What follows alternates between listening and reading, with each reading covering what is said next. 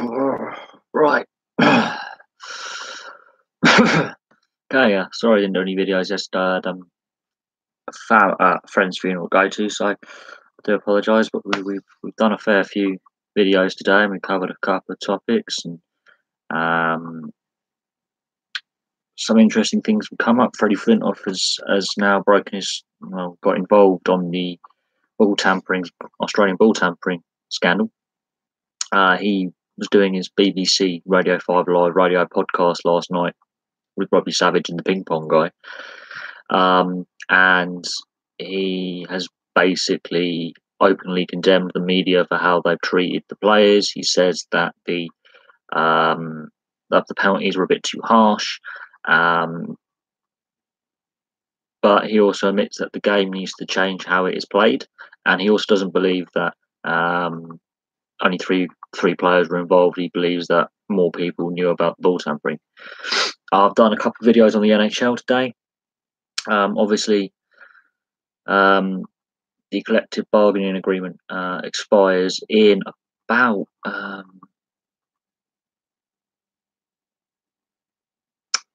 hello. Yes, cricket related story for you, Sajid. Obviously, I was mentioning Freddie Flintoff, and he's now on his radio program over here in the UK. He has basically condemned the actions of some ex-players and media commentators on how they have basically gone after the Australian players involved in the ball tampering. But he also says that he does not believe that only three players were involved. He basically mentions that Mitchell Starc, he didn't know, he thinks he's Wazim Akram, swinging the ball all over the place, when he would look and go, I'm an experienced test bowler now, and he would notice the ball has been fiddled with. But Freddie Flintoff also says that the penalties handed out to the players were too harsh, that they were far too harsh. But at the same time, I think he admits that the ICC needs reform as well. I think the whole podcast is very, very interesting.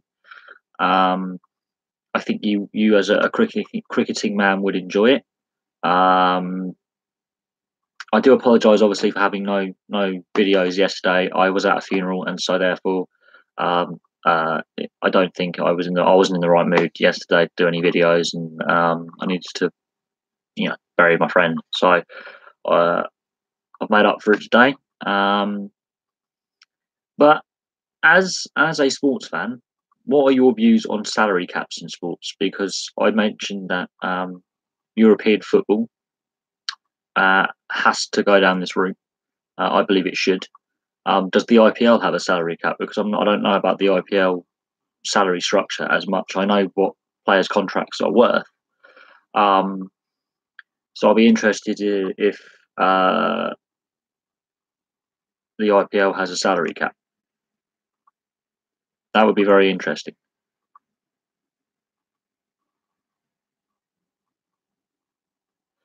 Okay, that's interesting to see what you've mentioned on what I've said. That's interesting.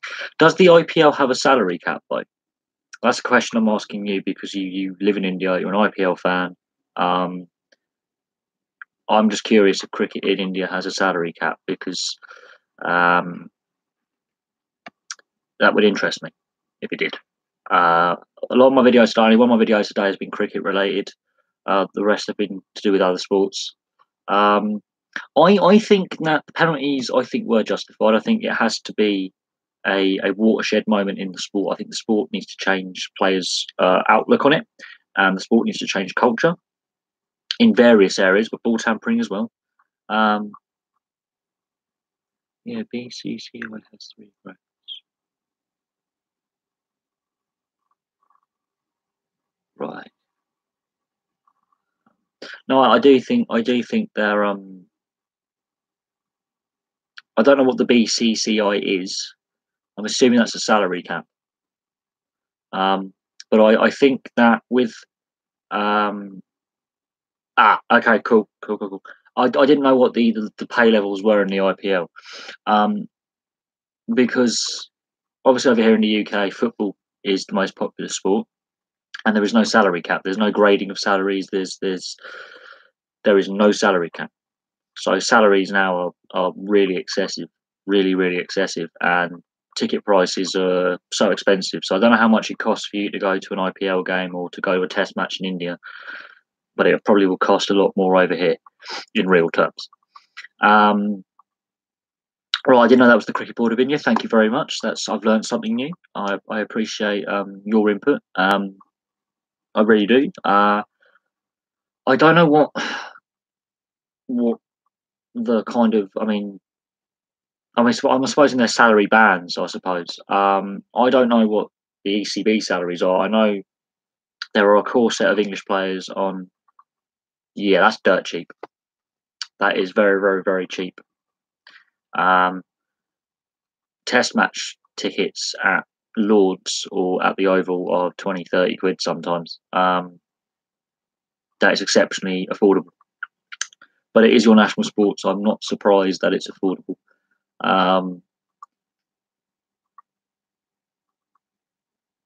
But it's very interesting that the Cricket Board of India has 3 pay grades. So the top stars get A, middle stars get B, and so much. It depends where you sit in Lords, and depends what day or the week you're going, what session. If you're sitting certain stands, I know tickets start from a bit lower than that, but it could be to do with your exchange rate. I don't know how Lords set the prices, but I'm not surprised it's more expensive over here than it is watching in India. And I obviously don't know what like bands. It says you've got grade A, grade B, and grade C salary grades for the contracts. I wouldn't be surprised if cricketers over here get paid more than India as well. But it's an issue for sport worldwide. Ticket pricing it is a problem. Big issue for sport in general. But you've raised some interest. I've learned a few things from you today. I didn't know that the BCCI was the cricket board in India. I didn't know that you had pay grades of A, B, and C levels. And I didn't even know how much it costs to go to see an IPL game. So, but it's very interesting that you say that the penalties are fine, because a lot of the players are saying that was too harsh. Penalties were too harsh. I just find it funny that the ICC only actually technically banned one player for one match, and that was Steve Smith. So the ICC couldn't be consistent with the fact they caught 3 players doing it. One gets a ban, one gets a match fee fine, one gets a small match fee fine, and the other one gets off scot-free. I was very surprised with the ICC's response to the ball tampering, whereas Cricket Australia very quickly were very forthright and quickly got on top of the situation. Said no, we're gonna ban these guys. I have some good points there. We've covered cricket now, but no. The reason why I did the NHL videos today was the collective bargaining. Okay, yeah, I could understand them being great. I completely understand that. The reason why I did other videos today that wasn't just cricket was in another sport they have a bargaining agreement between the owners, the league, and the players called a collective bargaining agreement, and that expires in 2 years' time. And it'd be very interesting to see what other agreements with centralised contracts Indian cricket has. 700,000 a year. Okay, that's interesting. This is really interesting to hear this, because I know cricket is the national sport in India. The IPL is basically 2 months India's on holiday. So I'm very, very interested to see how much the players get paid, the pay levels and the pay grades, and how much they get paid.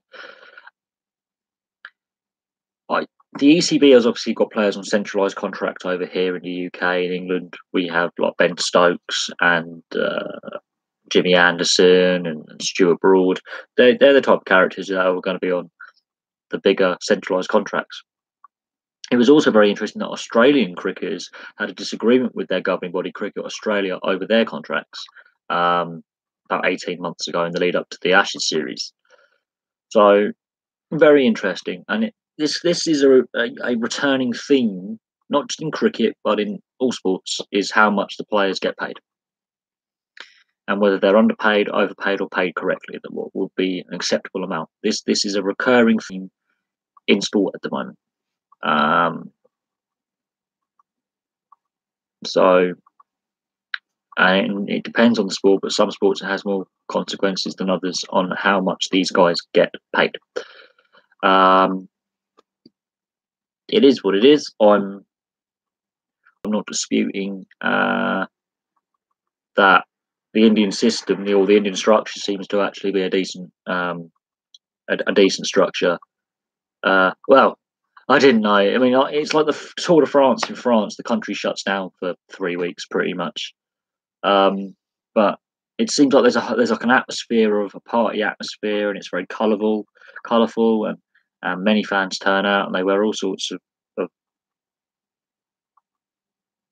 you know, stupid fun. It just seems that the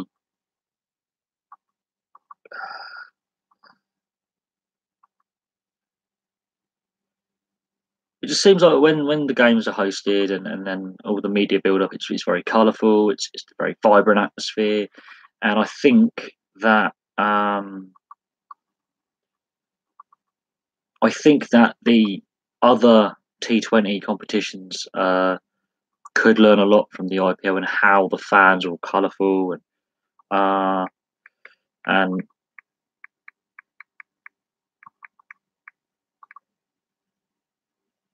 but no, I appreciate some of I mean, some of the information you're giving me is brilliant, because I now understand the Indian game a lot better. Um, I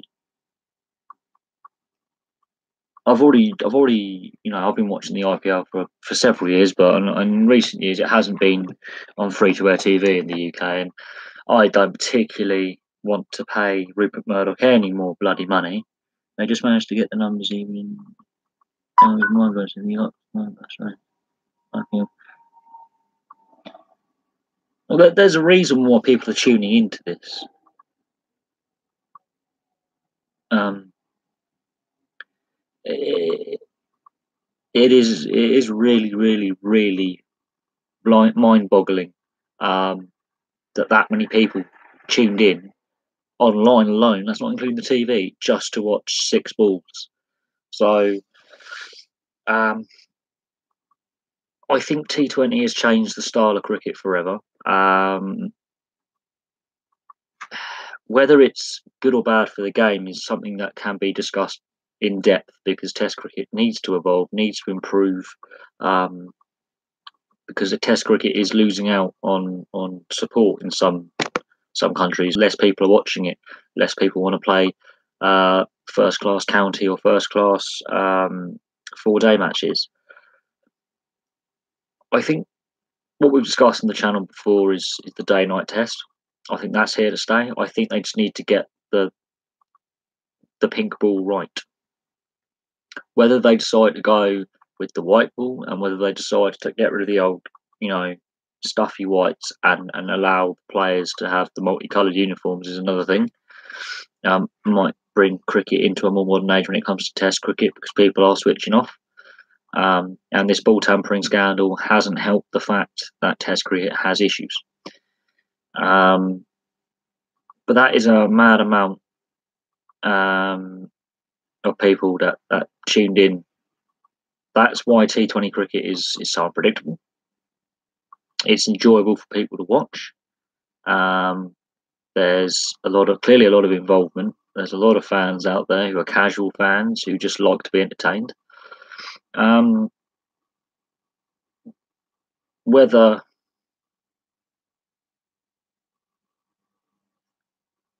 this is the way to go with cricket, is to focus more on the shorter formats of the game, we shall see. But sport always is constantly evolving. No, I'm not so sure on that. I'm not actually so sure on that, because I'm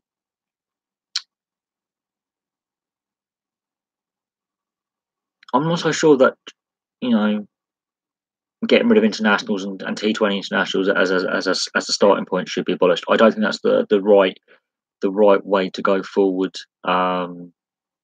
with the game. I think all three formats of the game are crucial. T20 is the newest format of the game.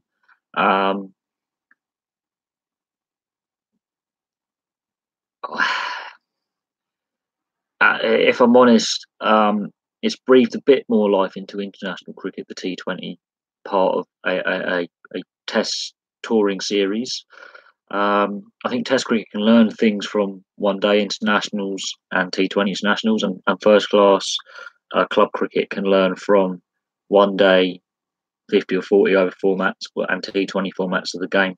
I think all three formats of the game can evolve with each other. I don't agree with Simon Doull. I really, really don't. I think that's the wrong way to look at it. Because you want to see the best players in your country play against the best players of another country. The T20 leagues are here to stay. Some have, but there are a lot of issues with it. There's a lot of corruption issues in all the T20 competitions. There's this lingering stench of corruption and match fixing floating around, and mismanagement of some of the leagues as well. So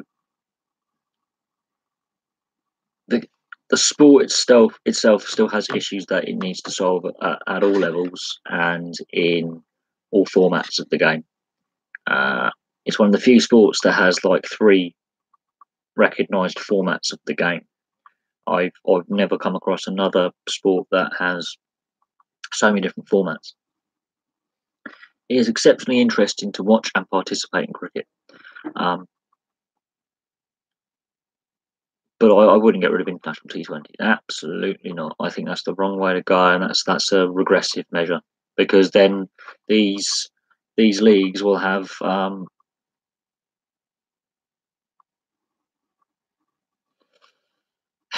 but already the leagues have more control over the centralised governing bodies of the sport, and the ICC needs to reform itself, and the governing bodies of England, Australia, India, etc., also need to reform themselves as well, because then it's giving basically rather rich, powerful 1%ers far too much control over a people's sport.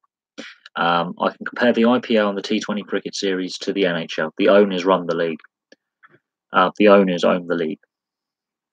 It's not that they own clubs and they have to register to join a league. In NHL ice hockey, the owners own the league, and I can see the IPL going the same way. And then we're going to have issues with players forming a players' union, and then there's going to be player strikes and whole lost seasons and all sorts. And I do think that there are various reasons why on a test series they're resting their A and B players and not taking it as seriously. But that's because the sport as a whole needs governance changes. It does. It seriously does need governance changes in all three formats. I think the IPL, entertaining though it is becoming is a victim of its own success, maybe.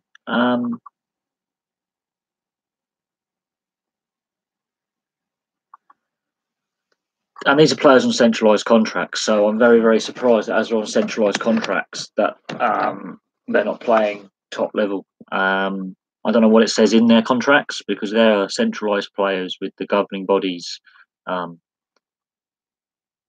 national bodies basically are on them centralised contracts. So if fans start voting with their feet, then cricket has a problem. There's already an issue with Test cricket, and they're trying to ramp it up with the day-night Test, and I think that will start having an effect over the next couple of years. But the problem with cricket is the people running the sport are old-fashioned and stuck in their ways and very conservative in their approach, whereas the players and some of the team owners are a little bit more aggressive in their approach to the sport and how the sport is evolving, and the governing bodies of the sport are reacting very slowly to the changes of the sport.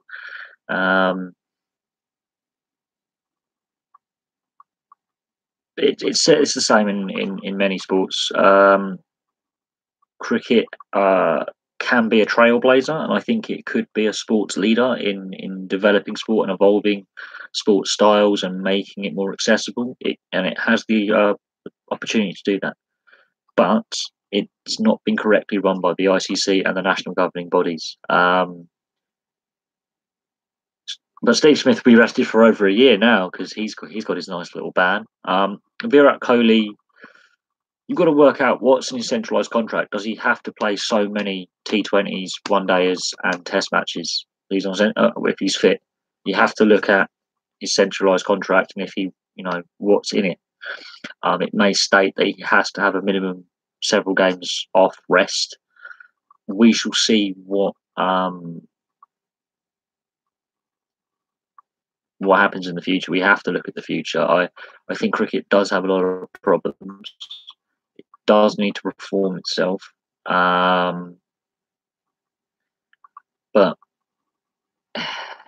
it's a difficult one to put a finger on. And I'm not a cricket administrator. I have my worries about the sport. I do. I know I have a fair few worries about the sport going forward and how it needs to reform. And I think I wouldn't be the only person to say that. If you were to ask the question, what's wrong with cricket, it's run by an old boys club who've been running the game too long, and I think holding the game back and not letting the game evolve. Also, some of the players, look at Australia, are disrespecting the game and what the game's values are.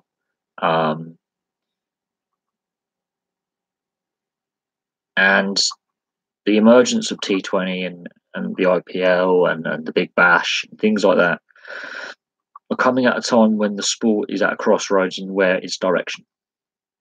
With the 5-day Test match series and Test matches, one days, and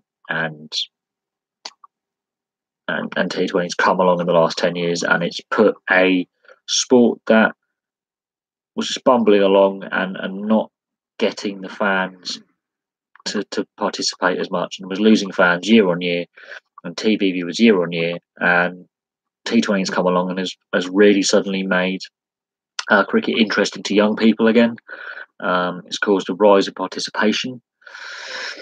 But we need to work out, is it sustainable? Can the reforms be made? And what else we're expecting? But we'll have to wait and see what happens. We have to look at the next year to 18 months.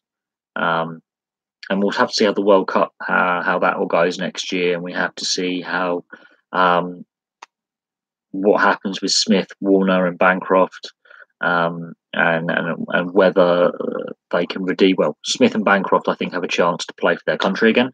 I'd be very surprised with David Warner. I still think there's more to come out with this ball tampering. Freddie Flintoff has said his piece, and he waited a good couple of weeks. He really sat back and didn't say anything. And then on his podcast, he really just said how he felt about the whole situation. But I do understand with Joe Root and Steve Smith when he was allowed to play, and Virat Kohli. You've got to work out they're basically playing cricket 12 months of the year now. They have to have a break at some point. And it's also a good chance to possibly give younger, exciting players a chance to play and showcase some skills.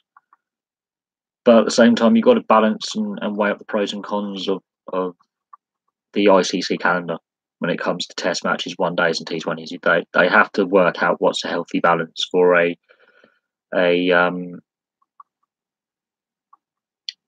when a team goes on tour for a 4-match Test series or 5-match Test series, and then you've got the support series of the one days and T20s. I think they need to look at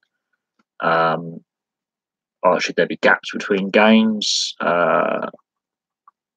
Do they move all games to day-night Test matches? I think they should try that out in a series, maybe. Just have one series where every Test match in it is a day-night. They have to work on getting the ball right. But it's not just cricket that needs to reform. There's a lot of sports that have governance issues right now. There's a lot of sports with governance problems right now, and I think it's many sports need to look at themselves and go, reform is the way, and reforms can be painful. They can be quite uncomfortable for sports to deal with, and anything that needs reforming. You know, when you put reforms in, they can take a while. And there can be some growing pains, and we'll have to see. But some very good points you raised there, Sajid.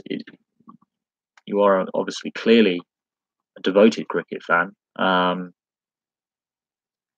it's good to see that. You know, I mean, I've learned some stuff from you tonight in the last half an hour. I didn't know that you had pay grades with your centralised contracts. I'm very surprised though that Kohli and Sharma only get 700,000 a year. I thought they might get more than that. I would have thought they would have possibly got a bit more. But you compare that to a Premier League footballer's wages. That's Alexis Sanchez. That's a week and a half's wages for him. That Kemal, that you know, Virat Kohli's getting in a year. Alexis Sanchez makes that in 2 weeks in the English Premier League in the football. Hello, Kemal. How you doing? Yeah, Kemal. If you've got anything to ask, yeah, please whack it in there. I've covered cricket to death for 25 minutes, and it'll be interesting to see what you've got to ask me this evening. I don't know any of the football scores. As far as I'm aware, it's still 3-0 to Liverpool against City on aggregate. Why is there such a difference for the wages? It's to do with the fact that this is interesting because this I did a video on still 3-1. Okay, that's cool. I did a video today on let me sort my hair out. My hair's gone all a mess. I did a video today on the NHL and how their wages have gone up and they have a salary cap. And I did a video again on should English football or European football do a salary cap. Because there's no salary cap, the wealthiest clubs can spend as much as they want. The funny thing is why football wages are bigger is it's a more widely participated sport around the world. It is truly the first global game. I think it was the first what we would call a professional sport now to have a World Cup, where it wasn't just one nation having the World Series like Major League Baseball. Everyone was playing. I think the TV rights have something to do with it. The wealth of some of the clubs means they can afford to pay silly money. I don't know why, but footballers' wages they're not the highest paid athletes. The NBA are the highest paid athletes on average. But the disparity, though, between top level football and other top level sports, just around the world, because the NBA is only one basketball league, is disturbing. It's to do with the amount of fans who will either watch on TV, live streams, go to a game, buy the video game. There's more fan base, so they can get more ticket revenue. They can sell more merchandise. I don't know why football has exploded in the wages it has. It was only until recently, I would say, in comparable terms, that all wages were pretty sensible until I would say the early 90s. Then it's exploded. I couldn't tell you why. I honestly could not tell you why football wages are so much higher. But I have done some videos on it today, and I do believe a salary cap is necessary in football. That's my personal view. Others will disagree. Right. I was just double checking that Virat Kohli was paid proper money. I was a bit surprised he was paid so little. The thing is, if you look at Ronaldo, Neymar, Messi, they are world-class players. They're exceptionally talented. The issue I have is their wages, I think, are far too high. They also get endorsements from sponsors. That adds to what they get as well. and agents' fees have gone up as well. And there's an issue with agents' fees. There's issues with transparency of agents and of the club's pay structures. Other leagues have gone down salary cap routes to control costs, and some teams have gone and breached those salary caps quite blatantly. But football, worldwide football, and we're talking soccer here, very few leagues have a salary cap in place, and it's not a universal thing, and it's not something that FIFA has said every league must do. Well done, Breda. Well done. Good. But back to the point that was raised. The issue is FIFA has said that it's voluntary to have a salary cap, so they're not putting it in their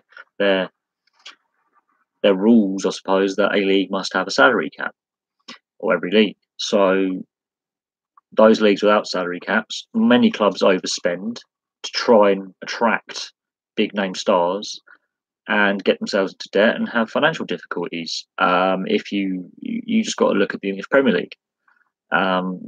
So many teams, if they didn't have their wealthy owners, they would be bankrupt.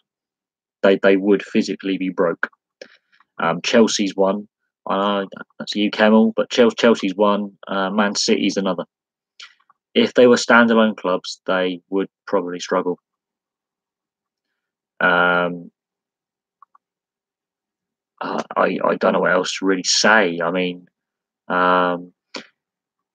it. But it is interesting how Virat Kohli is paid $42 million by his IPL team, but he's only paid 700,000 by the main governing body of Indian cricket. That says that private wealthy individuals are going to be running the sport soon, and that the rule makers and those governing the game are just going to be ignored, pushed to the side, and it's going to lead to a confrontation between the players and the league and the governance of the game. So that's my concerns about the IPL. But no, some good questions. I'm just going to make sure I get Live Score app up. But no, there's been some good questions so far, and we've discussed a fair few topics that link into multiple sports. It's not just cricket. Multiple sports link in here.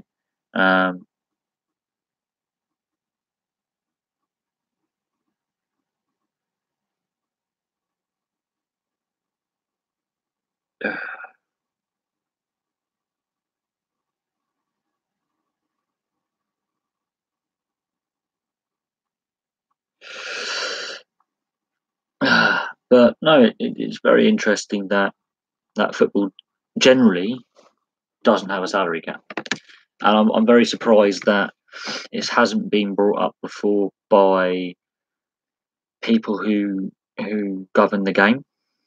The NBA can prove that you can have a salary cap in a sport and the sport still be successful.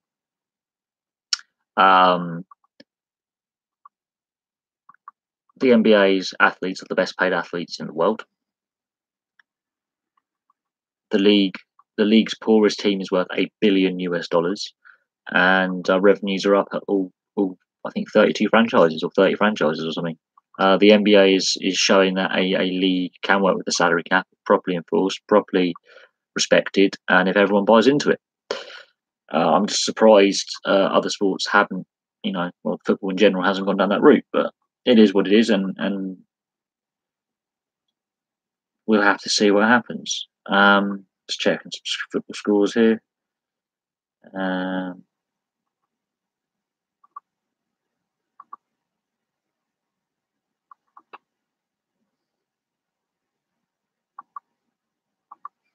But no, any more questions, guys? Because suddenly it's all stopped and it's dried up and no one's asking anything.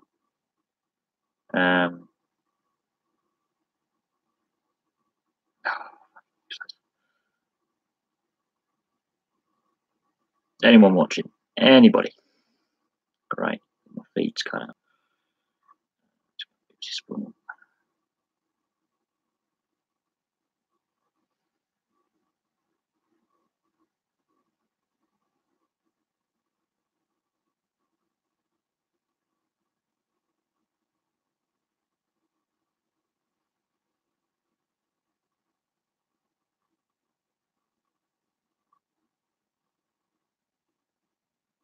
Let's have a look at the results.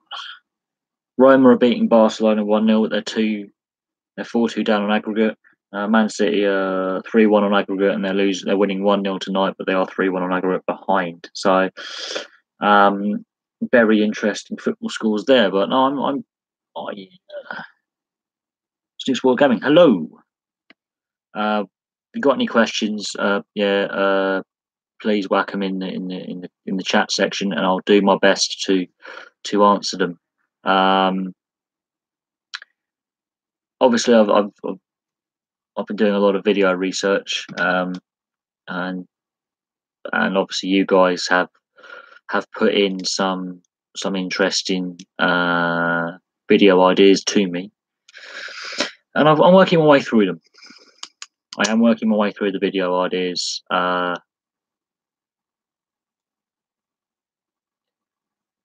It takes time.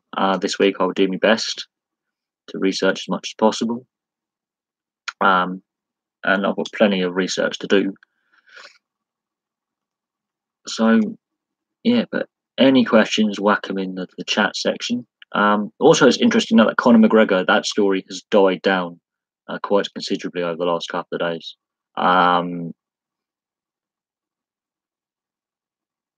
Very interesting that I think he has cooked himself as a MMA fighter. I don't think the two major promotions of UFC or Bellator will ever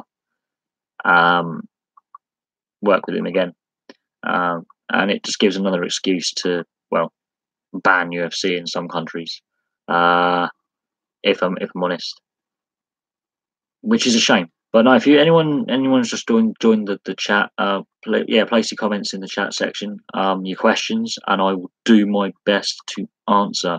We haven't had a question for a little bit, but feel free to ask your questions, and I'll do my best to answer those questions. Obviously, all sports are welcome. I have done 4 videos today, so I'll bring up to speed what I've done today. If you haven't seen some of my latest videos, we've done 2 videos on the NHL. One was a fan request. Record hunting for sport is a very outdated concept. I know hunting is, you normally hunt for food. Hunting big game, I don't class that as a sport. And to be honest, so many of the animals they hunt are actually endangered or have been endangered. I do think people need to work out if they're paid hunters to cull an animal species because it's invasive, that's different, that's a job.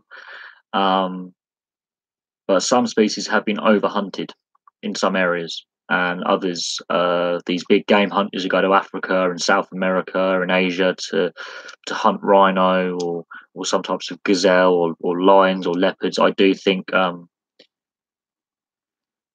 you've got to be careful. Duck hunting, again, it depends. If it's a native species, it should be illegal. If it's an invasive species, kill the buggers. But I wouldn't class hunting as a sport. That's the first time hunting has ever come up as a question. I wouldn't class hunting as a sport anymore. I think you've got going hunting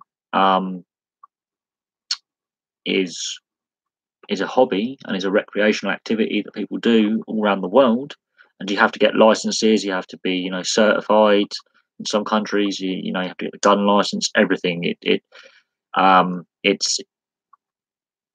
an expensive hobby to have. Those who go on big game hunts, I can't stand.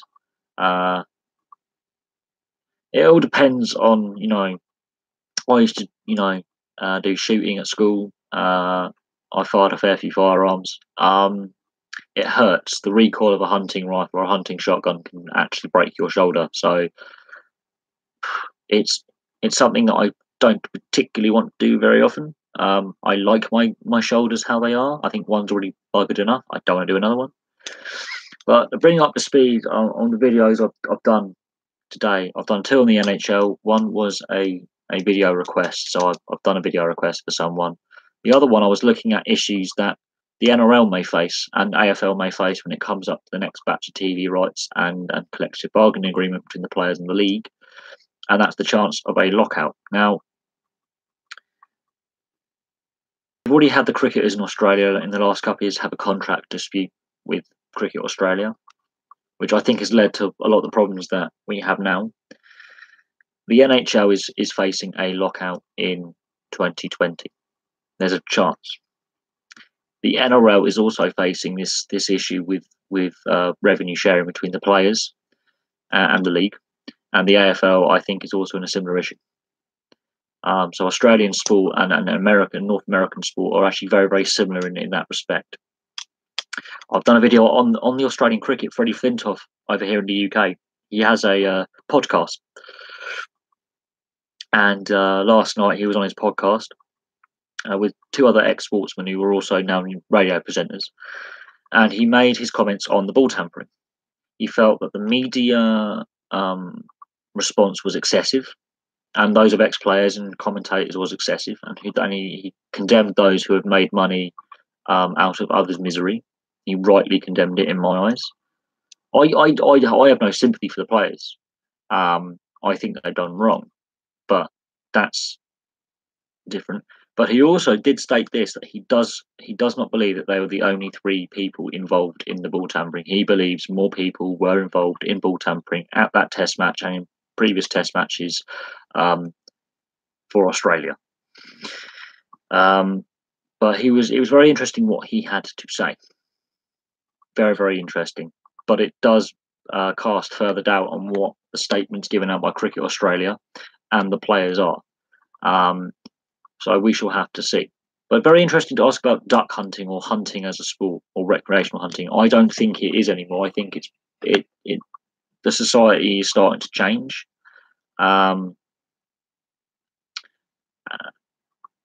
But society I think has changed to a point where you have hunting season in certain countries like America and Canada and then countries in Europe where you're given a couple of months in which to hunt deer and moose and elk and things like that, and you have to take a certain size animal. They can't be too young. They have to be of a certain age.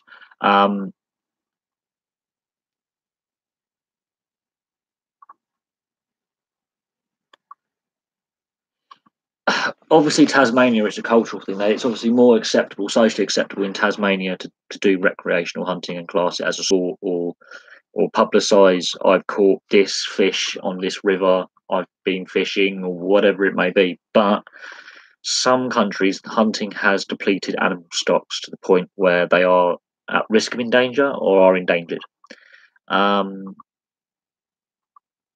That's fine. I didn't do a live stream yesterday. I was at a funeral, so don't apologise for not being able to join the live stream. It's not a problem.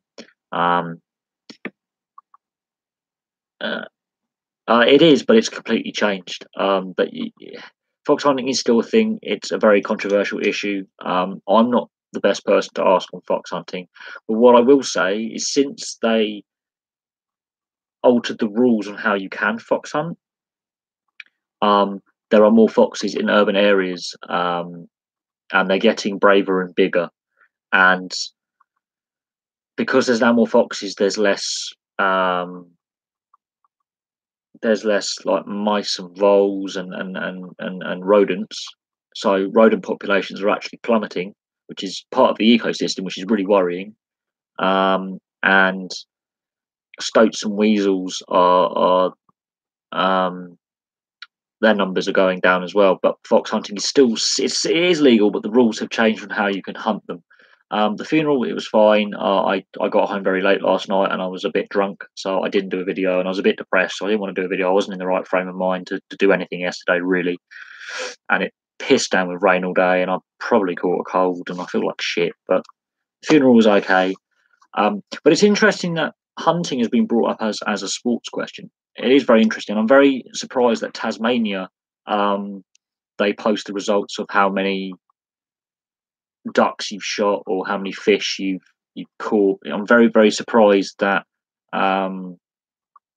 that's the kind of thing. But at the same time, Tasmania is probably the most rural territory or state in Australia, I suppose, where it's relatively unspoiled. I suppose it is what it is, but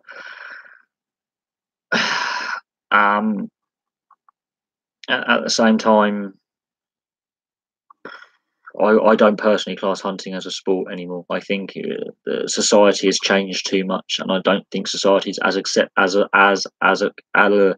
accepting of hunting. But the side effects when you do have a hunting season and there are animals you are legally allowed to hunt, such as foxes or deer, you will notice, if you were to come to the UK, urban foxes are everywhere, and they're growing in number, and there's a lot of them.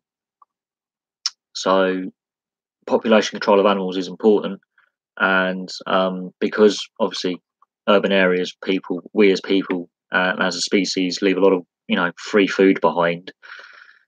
Foxes are getting bigger and braver, and it is a problem. Yeah, it's because the rules have changed. I don't know why you have foxes in Australia. I don't know why they were brought to Australia. I don't know if they're native, or what species of fox you have, but over here in the UK, it is a big problem.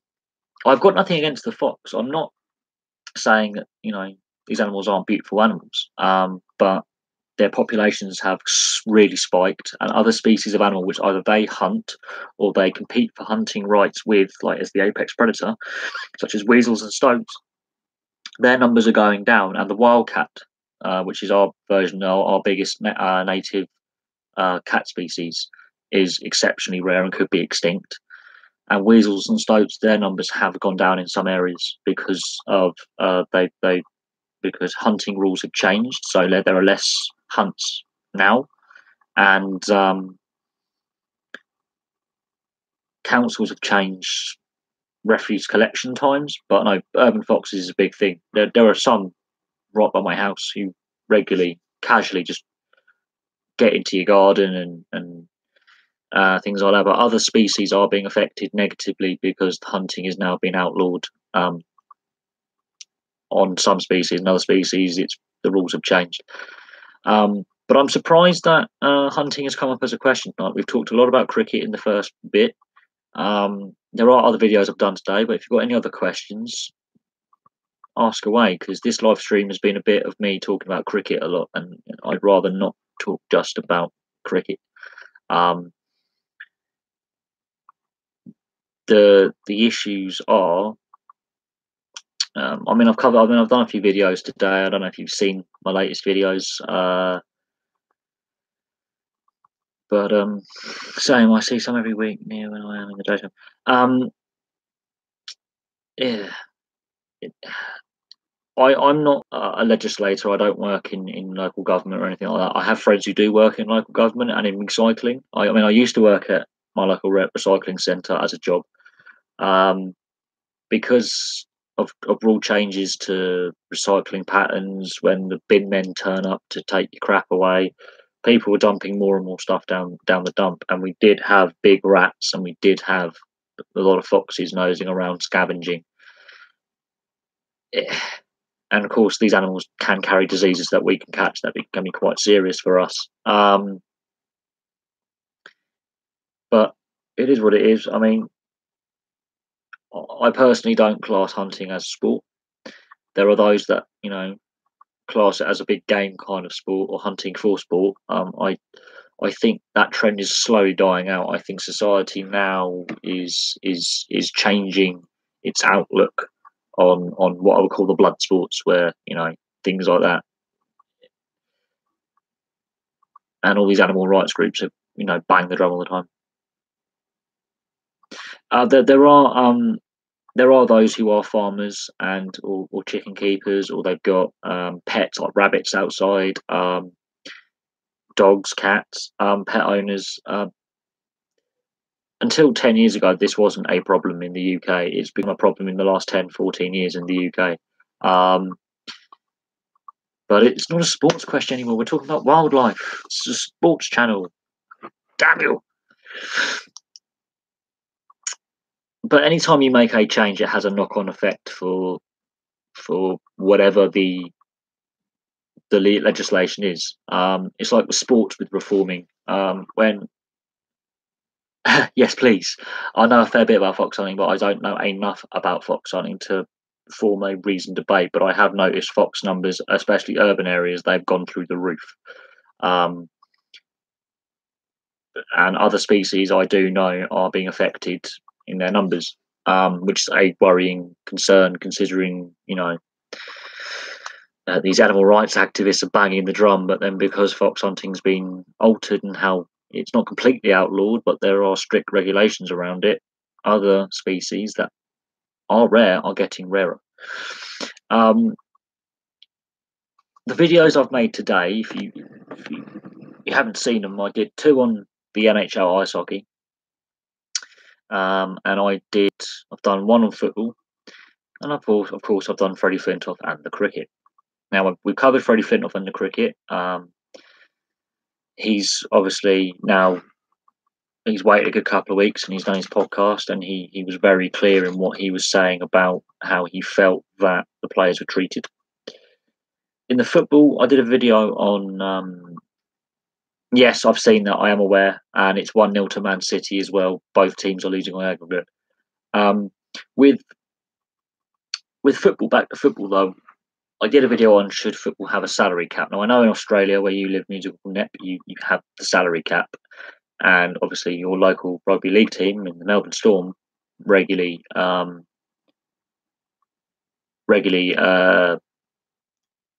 broke the salary cap. I'm not surprised with Greek football being in a mess. The league has been suspended at times this season. There's corruption throughout the league. It's a very corrupt fixed league, and I'm not surprised they're on strike. This also got brought up in one of my videos, but to do with a different sport. I think it's sports reached a point now where sports governing bodies, they need to start working together and completely reforming their sports. There's some severe structural issues with sport.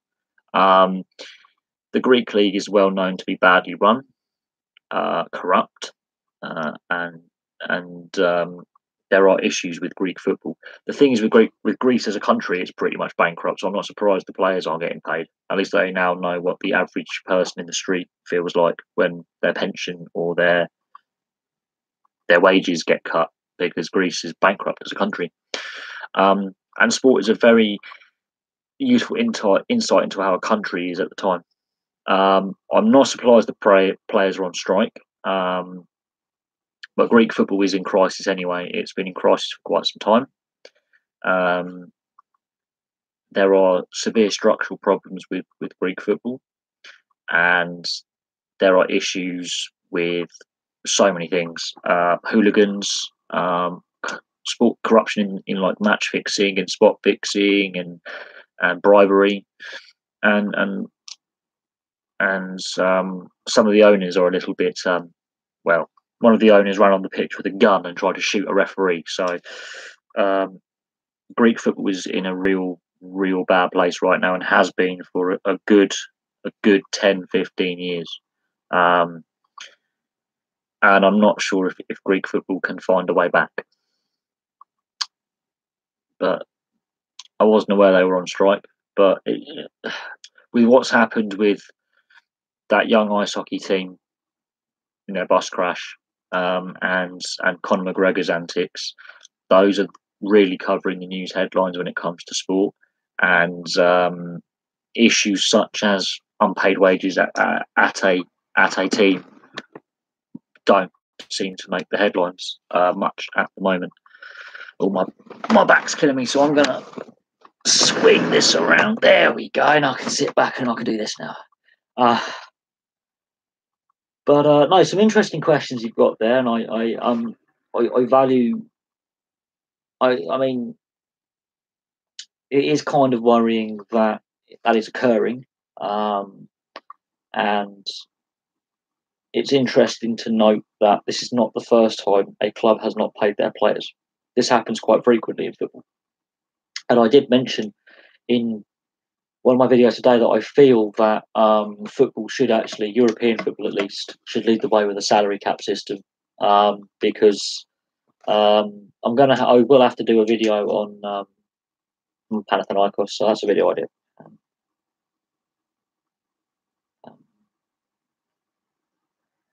And if Finn, no.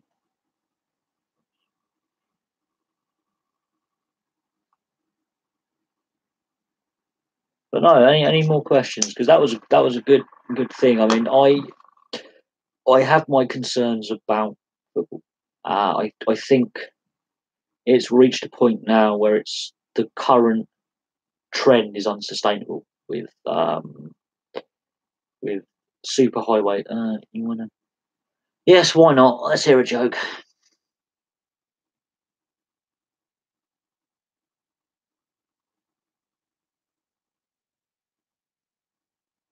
Please tell me Blackburn aren't losing to Gillingham, because then I'll be very upset.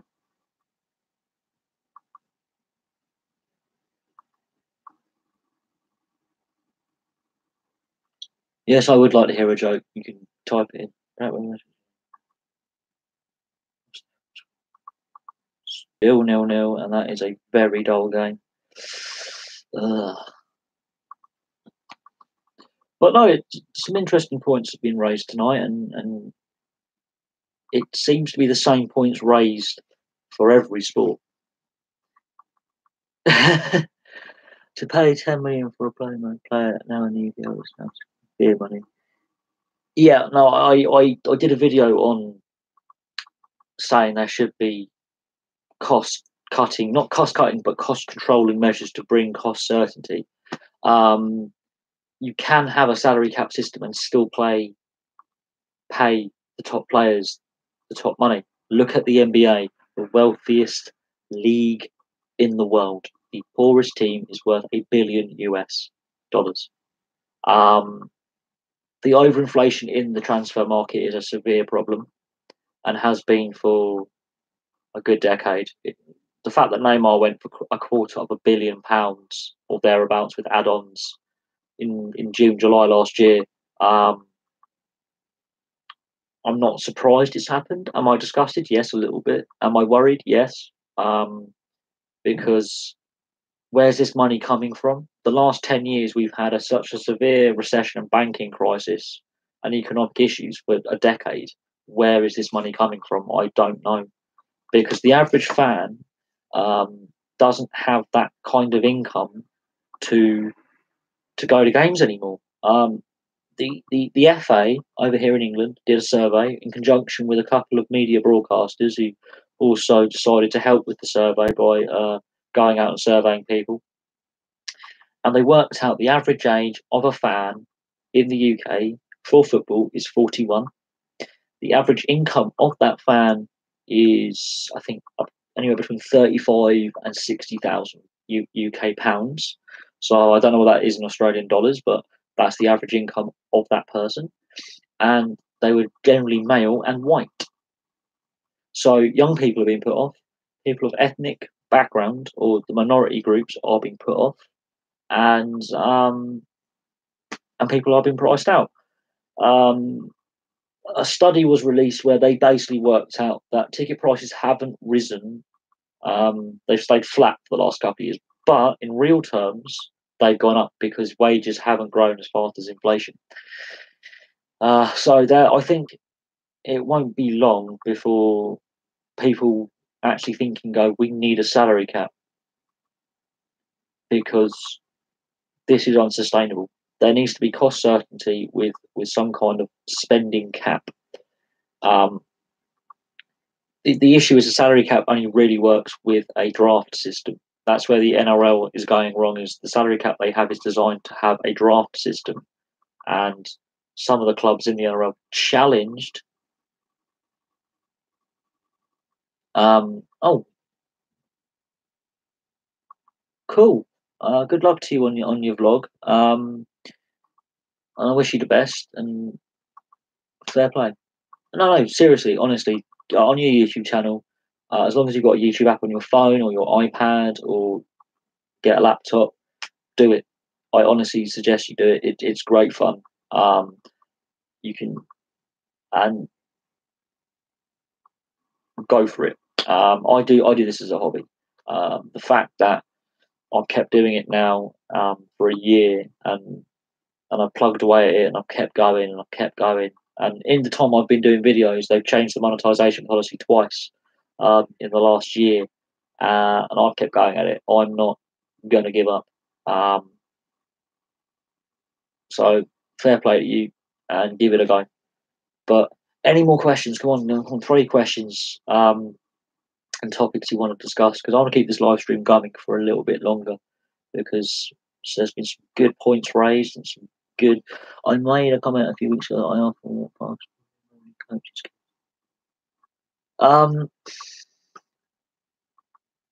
It's surprising how some of these top professionals aren't coaching at the highest level. I think is an interesting. I don't know if I saw that comment. It might have flashed through when we were having one of the live streams.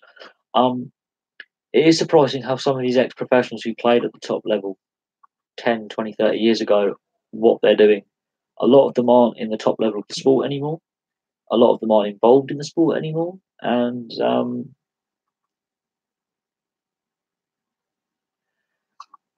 that has got to be a massive wage cut and b a culture shock, because it is interesting, with ex-professionals and how, especially in what I call football, what you would call soccer, there is an issue attracting young coaches and attracting people to officiate. There's issues there. That's 2 issues. It's to do with how the top level professionals now are acting. Rangers v Celtic semi-final. That's going to be a very, very good game. Very, very good game. I wouldn't be surprised if there's possibly a red card in there and it may go to penalties. I would not be surprised. I'm not going to predict a winner, because I think knockout football is completely different to league football. In fact, knockout anything is a different kettle of fish than your regular league game, where it's not knockout or group game. So I wouldn't be surprised if that goes to penalties and it's a feisty encounter. That wouldn't surprise me. But I'm not, mate. I'm not gonna try and make a prediction on that result, because it's a cup game and anything can happen and everything can happen. I've seen some very, very, very funny results in cup football that are unexpected, and how they've happened, how they've come about, and what caused them. Knockout football is an interesting thing, very interesting thing. Underdogs can win.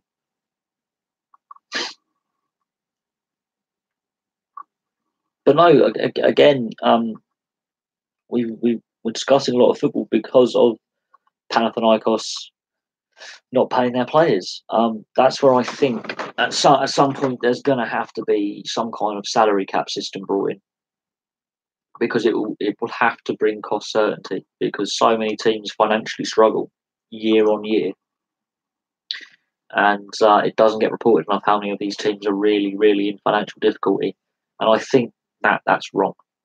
I think it's wrong, but football for some reason is being very archaic and backwards in how the sport is governed, and how the sport is I don't know how to describe it really, but how the sport is definitely governed is not good. I think there are governance issues in the game, and FIFA and UEFA and other governing bodies need complete reform, but it's never going to happen.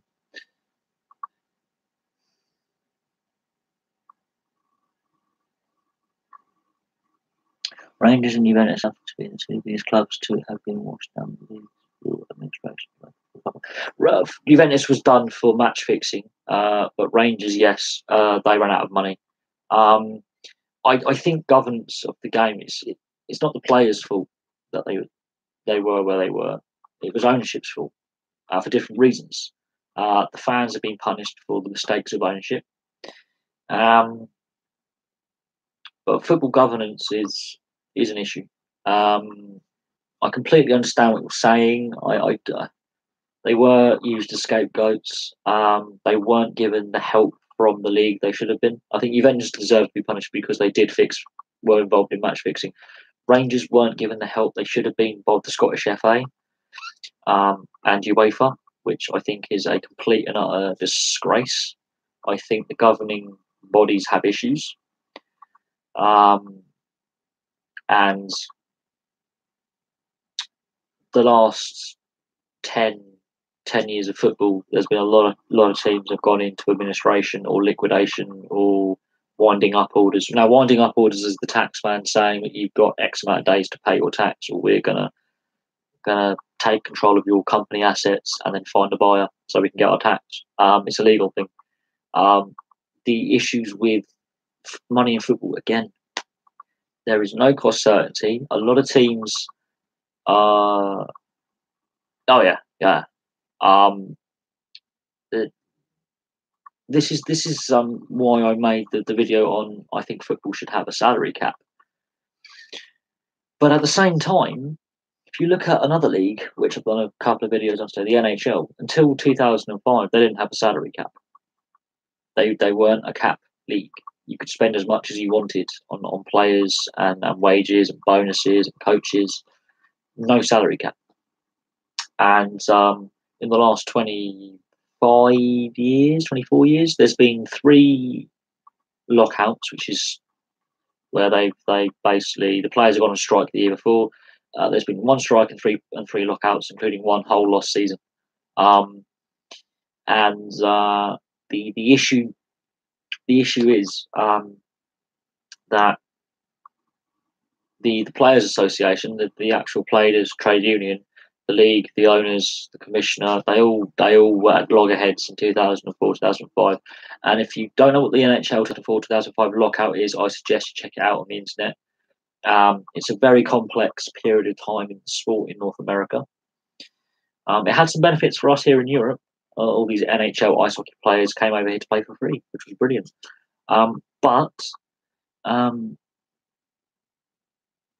Baseball, ice hockey's had 3. Baseball's lockout wasn't that long. They did resolve it a lot quicker than the NHL ones. In total, the NHL has technically lost 2 full seasons due to lockout. 1 was a complete whole season and 2 were half seasons. But check out the NHL lockouts. There's articles on it. They're very complex. It's to do with revenue sharing. It's to do with image rights. It's to do with expansion fees for new teams joining. It's to do with rule changes, various things. And I've got a video on it today because I feel that it could happen in 2 years' time. And I argue that it probably won't, but the threat is still there because the collective bargaining agreement runs out. And no one has decided to vote to extend it. It doesn't appear to be any kind of meetings between the NHLPA, which is the National Ice Hockey League Player Association, which is their players' union. And there doesn't appear to be any meetings that we know of between the league, the commissioner, Gary Betchman. So Gary Betchman is the most hated man in pro sports. The league owners, there doesn't appear to be any kind of negotiation that's been going on that we as fans are aware of. There probably has been, but we're not aware of it, which is worrying. The 2004 lockout was again, it led to a salary cap being enforced, and there were issues why they couldn't come to an agreement. There were issues why the Players Association was split into 2 camps behind 2 players. Chris Chelios, who was an experienced player, had his followers, and Brendan Shanahan, another experienced player, had his followers, and the players' organisation was technically split into 2, and they were throwing counter proposals to the league, and the league were throwing proposals back, and they couldn't agree on a solution. So Gary Betchman, the commissioner, basically cancelled the whole of 2004 to 2005 season. But that then had effects over here in Europe, where a lot of these players wanted to play. They came over here. Their wages were being paid by the NHL clubs. They came over here to Europe. And long story short, European ice hockey improved in the last 14 years because they came over here, and it raised the level of play, and it raised the level of fitness. And these big professionals were coming in, and the lesser professionals saw their drive and commitment and pushed themselves harder. And in the long run, we felt the benefits of it. But salary caps are a thing in Australian sport. What's this? Is there any baseball program in the UK? I like watching baseball.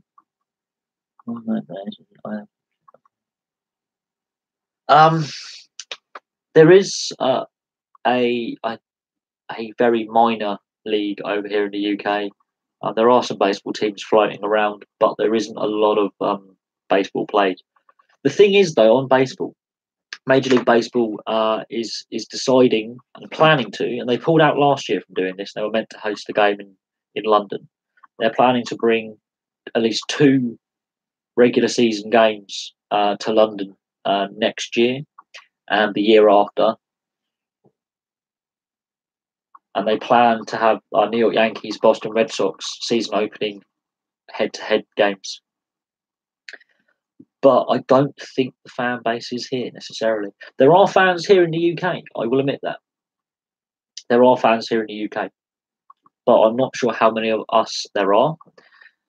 I'm just not sure how many baseball fans there are in the UK to buy into the products like they do with the NFL games they host over here, or the NBA games, or like when they took the NHL games to Stockholm. I'm not sure what the fan base is for baseball in the United Kingdom right now.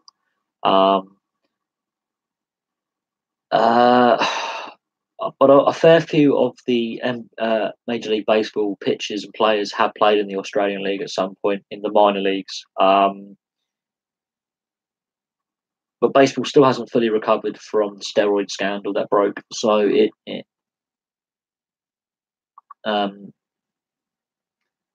right, it's interesting. Australia softball. I don't know much about like Australian school sports. I know the big sports such as AFL, NRL. I mean, Super Rugby and V8 Supercars are my favourite Australian sports. Of course, cricket.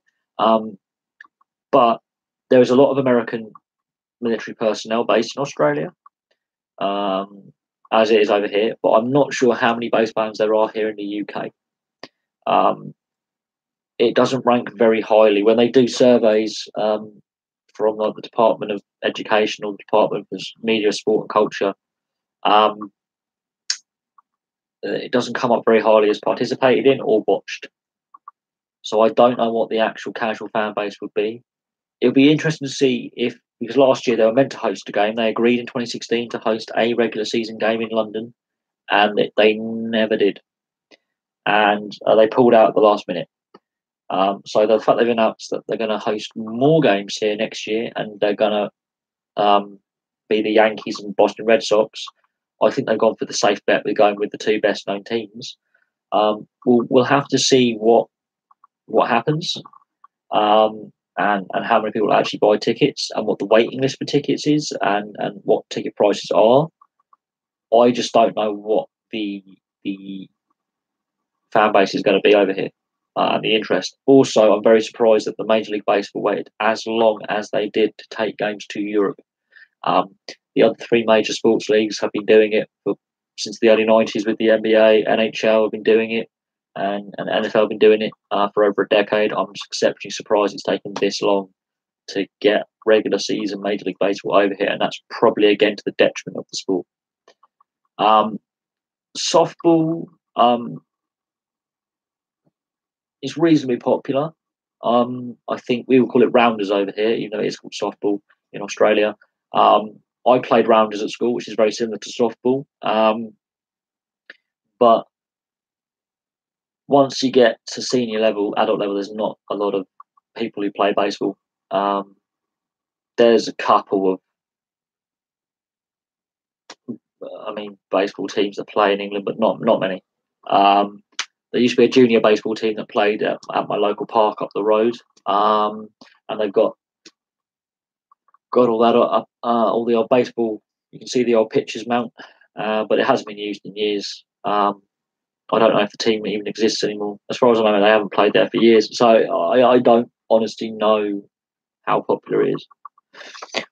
Rule in junior school football: schools can only underarm pitches are allowed for safety unless the pitcher knows what they're doing. I dispose the pitcher once pass pitch. I think it's the quality level. I think would be behind that as well. The issue is with a lot of European countries is they feel they're being over-Americanized. If you go over here to Europe, if you ever to come over here to Europe on holiday or for business, there's a big thing in places like Italy and France, where and Spain, where they're getting a little bit annoyed with the American style of culture, it feels it's diluting their own local culture and diluting their local provincial sports, such as pelota, which is a Spanish sport. And it, it, I just don't know how popular baseball is over here in Europe. But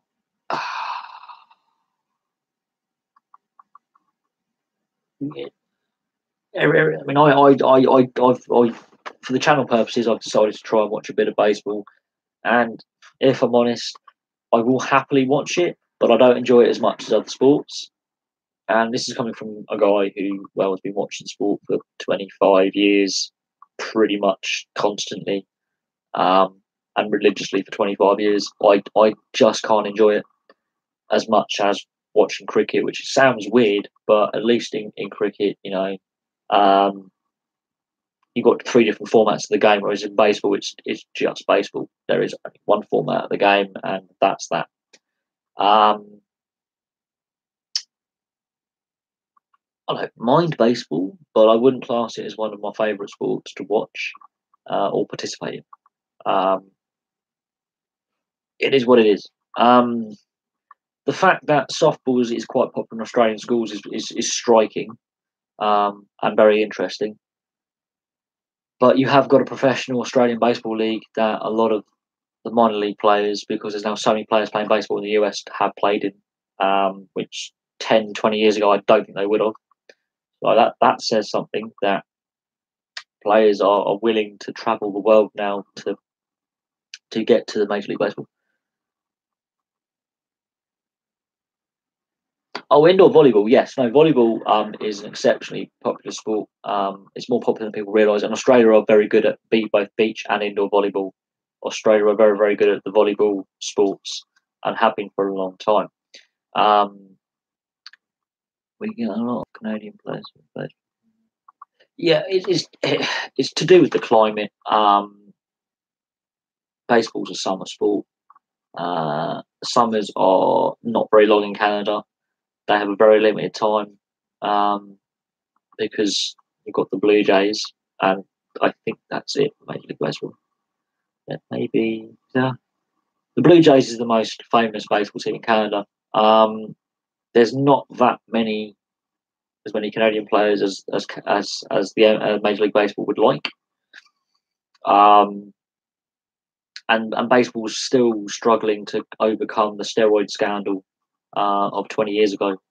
10 years ago, baseball is still feeling the after effects of the steroid scandal, and they're trying to rebuild the trust with the fan base again. That's taking a long time. The major league sports in the US have got a lot of problems. Basketball is the best run sport in the US. It's the wealthiest sport in the world. The players are the best paid in the world. The other 3 major league sports have had their own scandals to do with various issues. NFL's got a lot of player ill discipline off the field with domestic violence and drug addiction and alcohol problems. The NHL has issues with the collective bargaining agreement and player welfare, and baseball is still recovering from the steroid scandal. The thing is, as well as if you come well, the thing is with sport as it is now, it's a very international thing. Yes, Liverpool got the away goal. Man City, you're done. Man City, I don't think get through. They've conceded the away goal now. They have to score 4 more goals. I don't see them doing it. Not with their performance at the weekend against Man United. Man City have really hit the skids at the worst time. I don't think I'm not even sure if they're going to win the Premier League now. They've been coasting all season, and they finally come up against a bit of a tough period, and they've mentally collapsed. And it's also crucial to know that Vincent Kompany is not starting. He's on the bench tonight, which I think is a crucial error.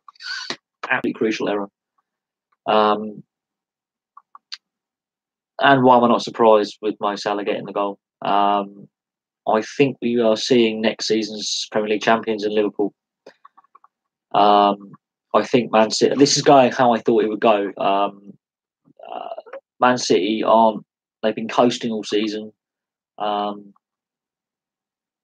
when they've actually finally hit an obstacle, it's gone horribly wrong for them. They're not mentally tough enough. Guardiola has no plan B, and the defence is a sieve.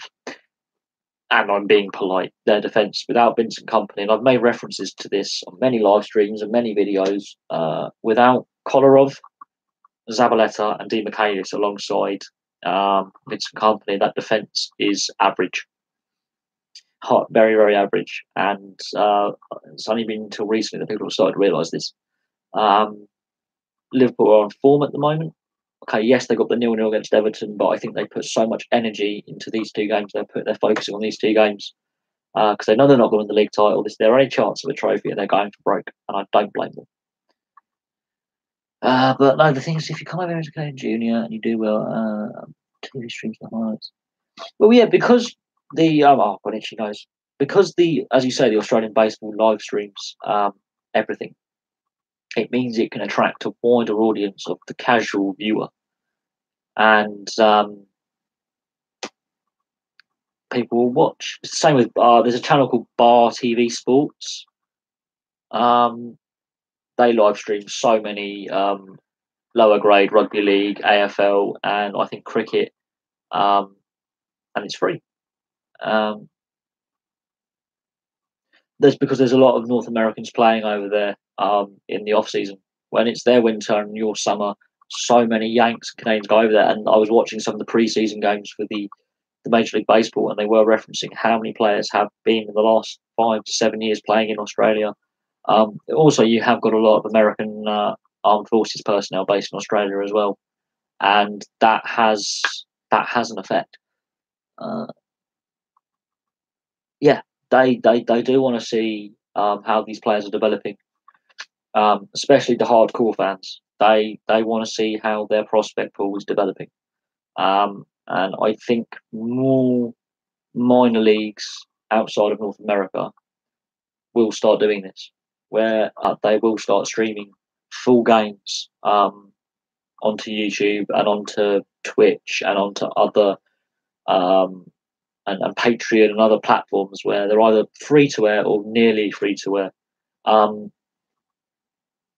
This is going to be the future, and I think pay-per-view sports. I looked to get downloading Cody last night, and there's been a few legal issues for Cody over the last couple of days. So I decided against installing it. But that shows how panicky pay-per-view sports are and the sports channels are, because they realise that they're not controlling the. No.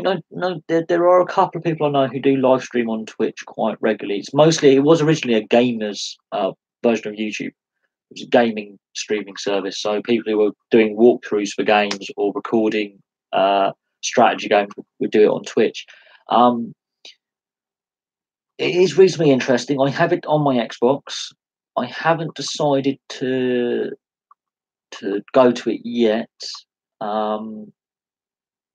with my video content. I am looking at possibly joining a Discord server and looking at what I can do on there. And I'm looking at Patreon when the channel hits over 1,000 subscribers. The channel is too small for me to have a Patreon. I won't make enough money off it. And I wouldn't expect you guys to pay. I think their Patreon works in US dollars. So I wouldn't expect you guys to pay $5-10 a month. But I am considering Patreon at some point. But these are things for the future. Twitch is mostly designed about the gamers who live stream some of their online battles and online games that they do,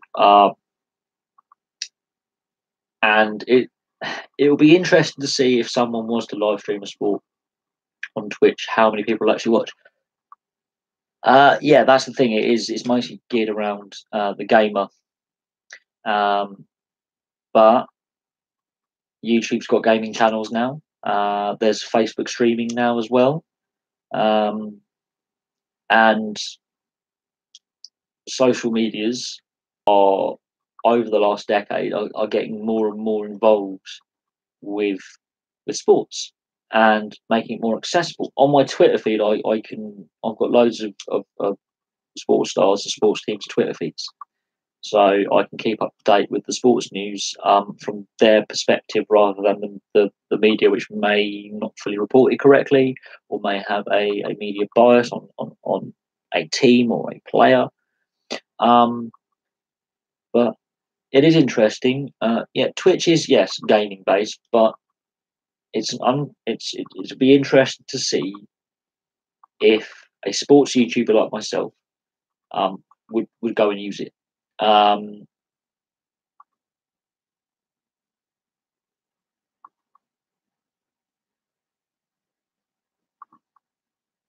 Hello, virtual reality will also be the next one in streaming.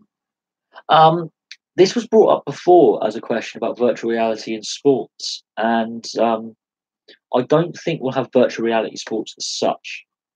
But I do think it would have some benefit of technology with drones going up and filming a training session, for example, so you can work out tactics. Technology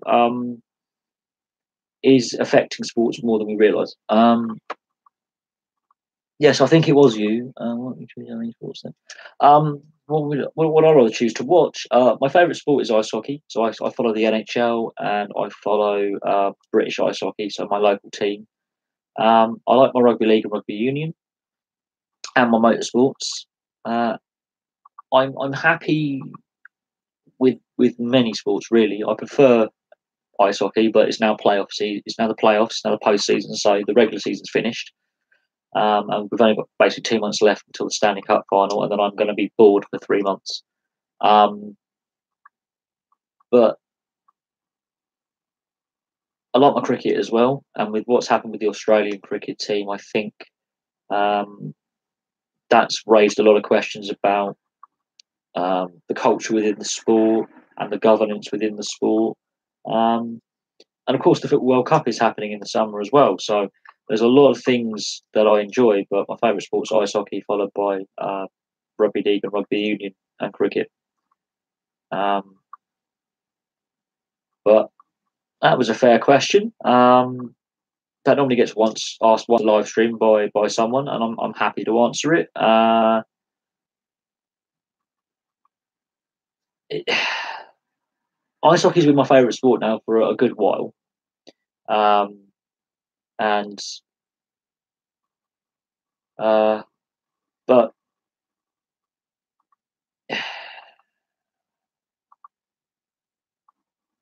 if I was given the choice, yeah, I would happily have ice hockey in the winter and cricket in the summer. That would be how I would have my year, and other sports that I would dip in and out of. That was a very good question, and it's a fair question. This question gets asked in some way, shape, or form at least once a live stream, and yeah, as it stands, that's sort of how it is. Rugby league and rugby union are about 50-50 as in sharing third place, and football is way down the list right now at the moment because there's so many issues with it, and I have my concerns with how the sport is being governed and the other all the issues going on with football at the moment. There's a lot of problems with the sport. But yeah, musical net. Yeah, I do remember you did bring up the technology in sport. I think that was on the first ever live stream we did on the channel. That's where I can see technology being useful. Is for recording, like getting a drone up there to record a training session, and say, look, this is tactically how we were. This is what I want to do as a coach. This is how I want you to be.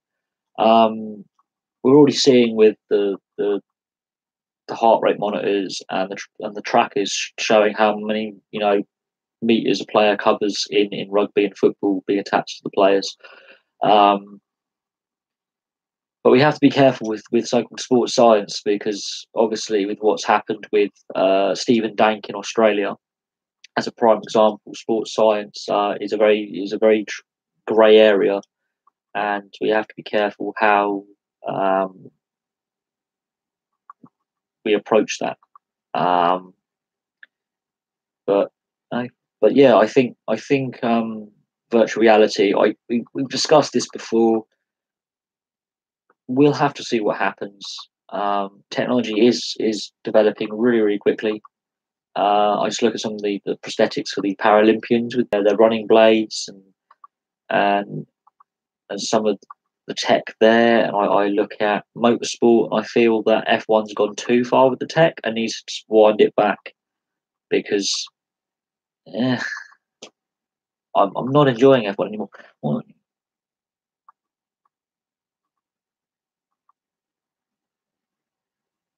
yes, this, but this is what I think those sensors and those monitors are doing. But we have to be very careful with sports science, because obviously what Stephen Dank has done in the AFL and the NRL, and it becomes a very slippery slope between what's acceptable and what's not. And it's just how it is. I mean, I'm going to lie like this now. This is good. This is the weirdest live stream ever.